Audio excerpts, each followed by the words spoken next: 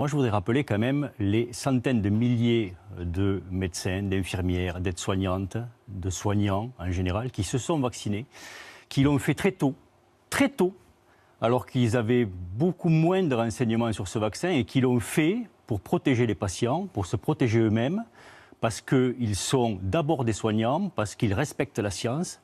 Et un certain nombre de soignants ont, pendant des mois et maintenant des années, tourné le dos à la science. Et ça, c'est grave.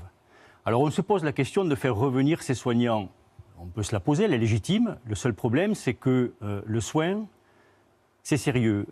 Ce sont des équipes. Il y a besoin de cohésion de ces équipes. Et quand vous faites rentrer des gens qui sont, en fait, ceux qui restent, souvent les jusqu'au-boutistes, qui en ont fait une religion, qui rentrent, ça pose ce problème de cohésion.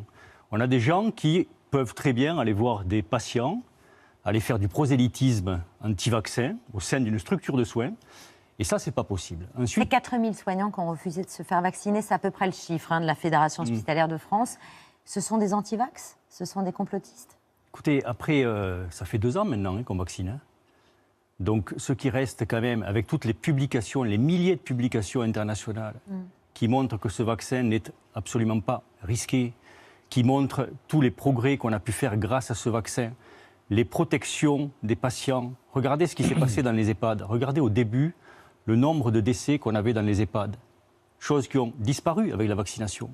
Donc on a eu un véritable progrès. C'est vrai que le vaccin a perdu sa capacité de protection sur la capacité à contaminer ou à être contaminé. Évidemment, de variant en variant, il a perdu cela. Mais il a gardé sa protection sur les symptômes graves. Donc quand on est soignant, on se doit de se protéger à soi pour rester dans le soin. Il faut penser que les soignants qui ont fait face, ils ont fait face en quelque sorte à ces démissions. Ils ont fait face et ils ont exercé dans des conditions très difficiles. Certains en sont morts. Et aujourd'hui, on veut refaire rentrer des gens qui ont, oui, tourné le dos à la science et dont les égéries de leur groupe, en quelque sorte, promettent un Nuremberg 2 et des exécutions devant un tribunal populaire aux gens qui ont vacciné. Donc tout ça, il faut quand même le regarder.